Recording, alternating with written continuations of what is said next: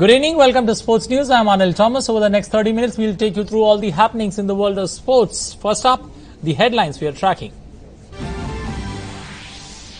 Mumbai faced super challenge at Chepauk against Chennai in the first qualifier of IPL Season 12. Both teams need a win to avoid the Vizag detour.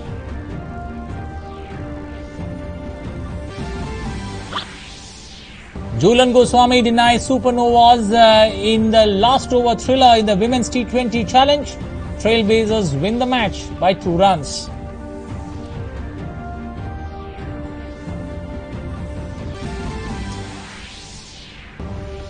Vincent Company rises to the occasion again for Manchester City. 70th minute strike gives City a nervy win over Leicester. EPL title goes down to the final game on Sunday.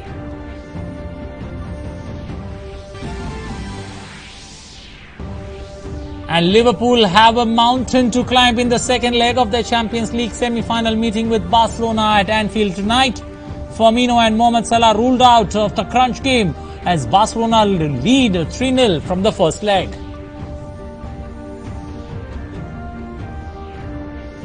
Well, now for the stories in detail, starting first up with IPL qualifier number 1. The 2019 season of the Indian Premier League is almost over, with the tournament heading into the playoff stage to be contested between the 4 qualified teams: Mumbai, Chennai, Delhi and Hyderabad.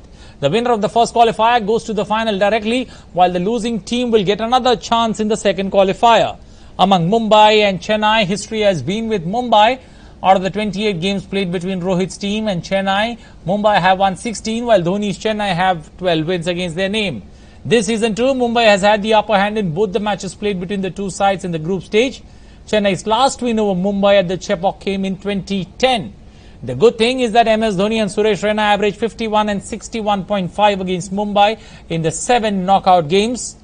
Conversely, Kieron Pollard and Rohit Sharma struggle in the same fixture with an average of 36.3 and 16.4 respectively. Chennai spinners have been devastating at home, picking 30 wickets in 79.2 overs at an average of 15.6 while conceding only 5.9 runs an over.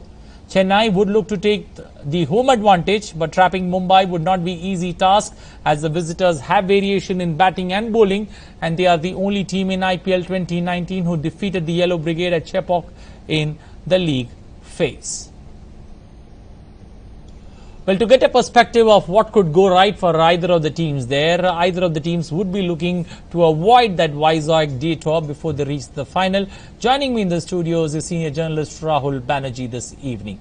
Rahul, good evening. Welcome to the show. Good evening. Thank you. Rahul, how do you look at this particular routing? Mumbai versus Chennai played at the Chepauk, but Mumbai having an upper advantage, because if you purely look at stats, the last time that Chennai is beaten Mumbai at the Chepauk has been in 2010.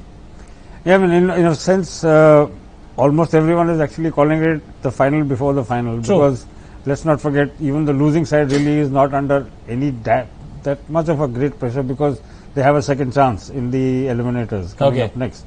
So, in a way, you could also say this is like a, the feeling each other out before the final, because it's most likely that these two teams will face off again in the final. So, given the sheer quality of the sort of cricket we have seen. From either side, because the other two teams, the Delhi team has sparked in spurts. Hyderabad has struggled of late, so it's very difficult to see any other team than these two getting into the final on Sunday. So in that sense, it's almost like a semi-final, if you like, you could call them, and with the bizarre combination of their having to play again in the final. Okay, do you feel there's something wrong with that Chennai team? If you look at the journey can be divided into 2 halves. The first half, where they won 7 of the 8 matches. The next 6 that they played, they've just won 2 matches in that. Do you feel that once they realized that, they have sealed the place, they took it a bit easy?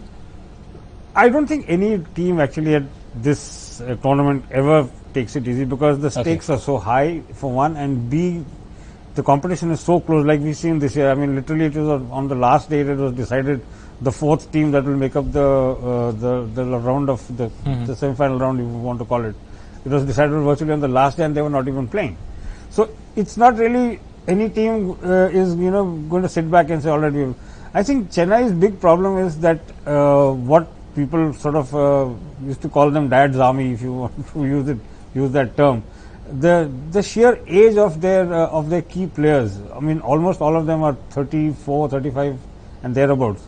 So that over such a long campaign and in the Indian summer, it can be very, very harsh. Okay. Did I think have a toll. Also, what's happened is their lower order has not really been tested in a crunch scenario. What if, say, Mumbai, bat first and put on, say, 100, even 150 on this Chennai wicket at the Chepauk? Okay. Is a tough total to chase down, and they lose 2 or 3 or 4 early wickets. Then do they have the wherewithal to carry on with the chase, other than just Mahendra Singh Dhoni? Because he, as you've seen, he's at back to his match finishing best. Okay, is there a cause of concern for Chennai at the top itself? If you look at the whole season, 14 matches that they played, they just had 150 partnership at the top, the openers clicking, and with Kedar Jadhav injured there and almost out for the next 3 weeks. Yeah, I mean, does that leave too much of a problem for MS Dhoni to manage as he enters this knockout stage? Before 2 matches earlier, maybe this was a very valid question, because Shane Watson, like last year, was struggling really even to get out of the single digits. Okay. But that one innings that he played, has really set him back on target. And if you remember last year, this is what the same thing happened. He was not getting runs, and all of a sudden in the final, in 55 runs, 55 balls, 56 balls, he scored 117, 115, 117. So, I think that has been a huge reassurance for Dhoni and the think tank, that, and they've persisted. That's the good part about Chennai, that they don't get rid of their, the people they trust. They will give them a long run. And exactly, I mean, Shane Watson is a perfect example of that. He was not in he was not in any form whatsoever. True. And then suddenly he comes good, and then 2 matches before the final, one big aspect of their trust has been taken care of. Okay, do you also feel that, IPL over the seasons, if you look at that Chepauk wicket, you have not seen many high scoring games, across the season. Does that leave something for the bowlers, in this IPL season? Because this is something, which you've not seen before in IPL, bowlers having something of a purchase, on any wicket in the IPL season. I would look at just like this, Anil, that few months ago, Harbhajan Singh was sitting in the commentary box. True. and today he is one of their key bowlers. I mean, he's actually got a revival of life because the pitch in Chennai is so low and slow, and Dhoni has trusted him with the overs right up front. In fact, he's bowling most of his whenever I think he's almost like become a Chepauk specialist, Harbhajan Singh, and whenever they play at home, they give him the opening overs. So the power play, which most other teams tend to give away runs, CSK are holding the other opposition back. Okay, one quick word on the spinners. Considering, since you mentioned Harbhajan Singh, and they've also got Imran Tahir in their lineup, and looking at what Mumbai spinners have done across the season, they have picked one of the fewest, if you look at it, 22 wickets across the season, the spinners picking up. Is it going to be a battle of spinners there on the Chepauk? Yeah, you are probably quite right, because definitely CSK will bank on their 2 or 3 slower bowlers to see as many overs off as they can. But at the same time, let's not forget, Mumbai are getting stronger by the game. Okay. This really is a very well-rounded team. I mean, whereas Chennai tend to depend on 3 or 4 players around the captain. Rohit Sharma has the luxury of looking up and down the order and saying, I have somebody for the job at this particular point in time. If it is not X, it's Y. It's not Y, it's Z. And the 2 Pandya brothers have become, superstars in their own way. Not only this year, from last year, in fact, the way they started to gel and hold the team at the lower end, whether it's with the ball or with the bat. Look at what happened in the last game. I mean, Hardik Pandya comes on first ball, he breaks a, 50-run opening stance. And then he gets the second opener as well. So, KKR actually, they kind of got stifled right at that point, and the match was as good as over. Okay, it's an interesting contest there on the cards, remember, but there is one lucky charm that Chennai have. Karan Sharma, he's still not played a game in this season, but Karan Sharma is a lucky mascot, I would say, because the last 3 seasons, whichever team Karan Sharma has been, that team has ended up victorious. It started off with Hyderabad in 2016. 2017 he was with Mumbai won the title. 2018 he moved to Chennai, and Chennai won the title. 2019, will that lucky charm continue? We'll have to wait and watch when the final takes place in this edition of IPL. Well, moving ahead to women's IPL, well, Trailblazers emerged victorious by 2 runs in the first match of the Women's T20 Challenge 2019, with Julan Goswami successfully defending 18 with 19 runs needed of the final over. Smriti Mandhana's stroke-filled 90 set up Trailblazers' 2-run win over the Supernovas in the opening match of the Women's T20 Challenge. After being asked to bat first, Trailblazers posted 140 for 5, riding on the bank of Mandhana's knock and a 119-run partnership with Harleen Deol. The Supernovas kept losing wickets at regular intervals, but their captain Harmanpreet Kaur and Sophie Devine resurrected the chase with a 48-run stand. Despite their efforts, the Supernovas finished short. Chillen's Goswami successfully defended 18 runs and Trailblazers scrapped home by 2 runs. The experienced Goswami held her nerve after being hit for 4 fours of the first 5 balls to take her team home. Well, moving to EPL, Manchester City earned a vital 1-0 win over Leicester City as Vincent Kompany's unbelievable strike in the second half proved to be the difference.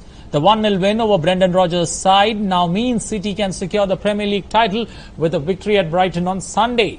City are on top of the table with a 1-point advantage over Liverpool, who host Wolverhampton Wanderers or the Wolves on Sunday, and know that their only chance of winning the title is if City stumble on the south coast. City, who have now won 13 straight league games, have 95 points to Liverpool's 94 and also a +4 goal difference over the Jurgen Klopp's side.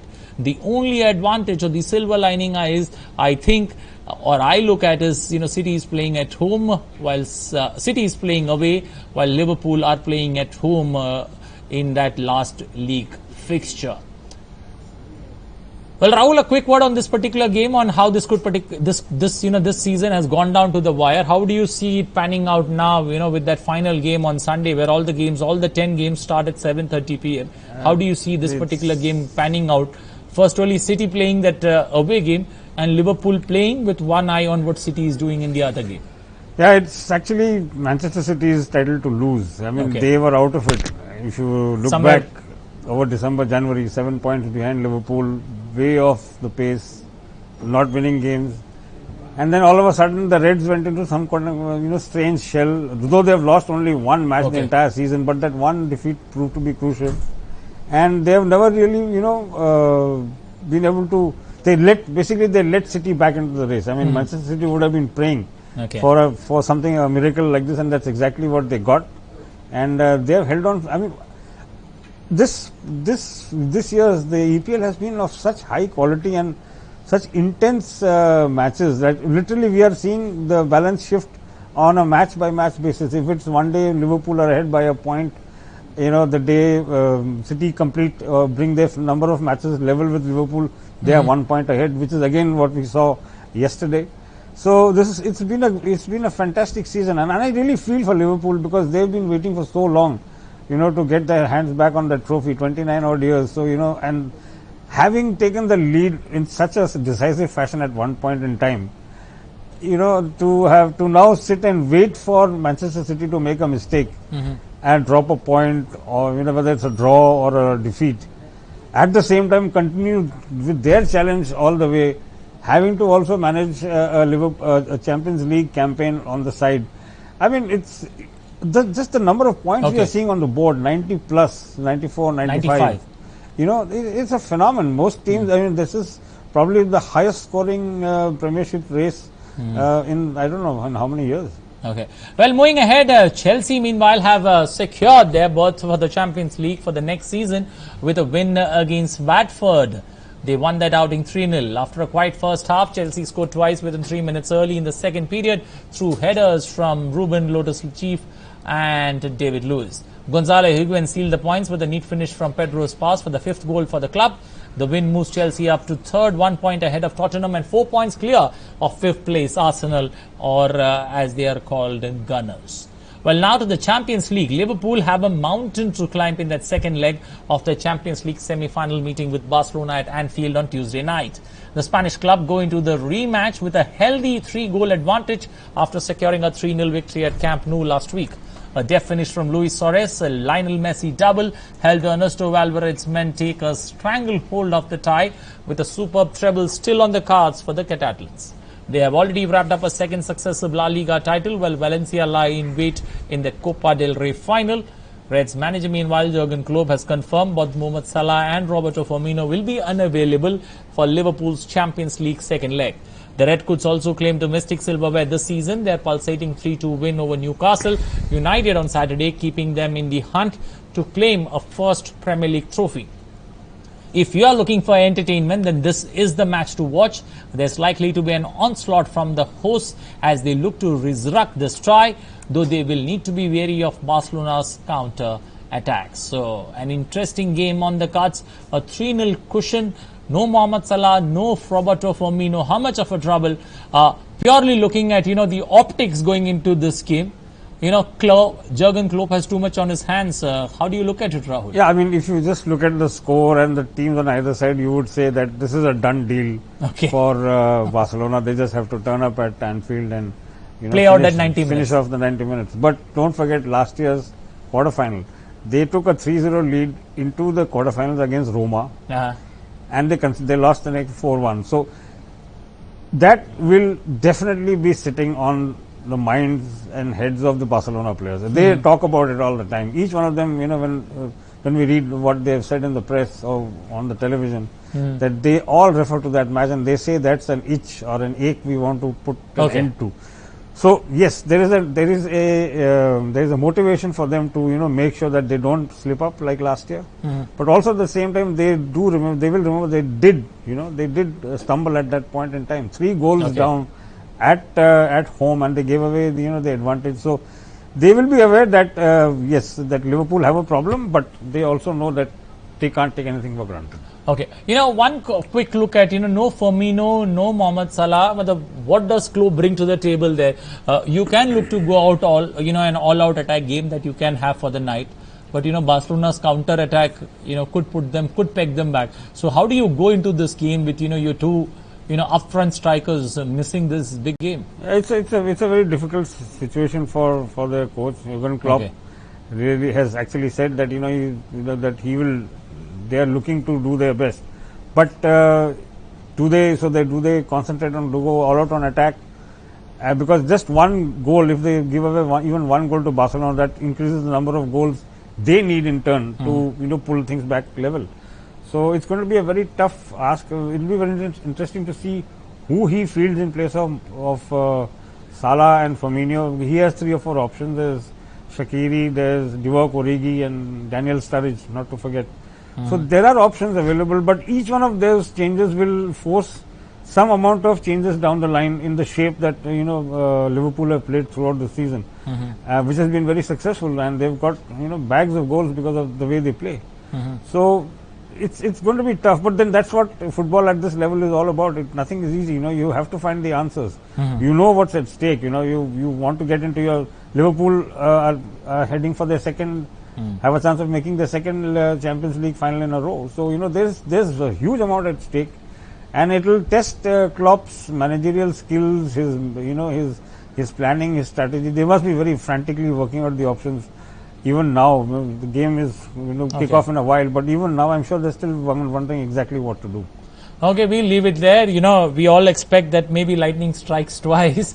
It happened against Roma, maybe it strikes again. You'll get to see a good game of football where a team bounces back from being 0-3 down to take the tie 4-3. We'll leave that, and as we watch that big game that's going to be played there at Anfield between Liverpool and Barcelona.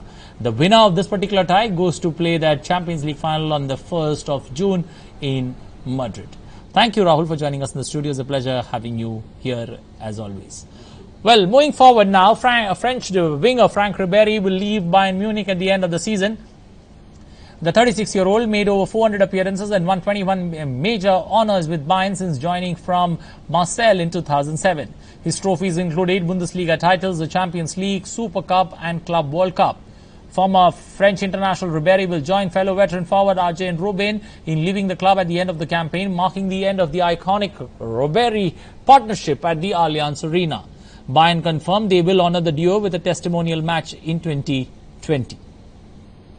Olympic chief Thomas Bach said he has sympathy for Caster Semenya but respected the Court of Arbitration for Sport's decision that means the South African athlete will have to reduce her testosterone levels to compete.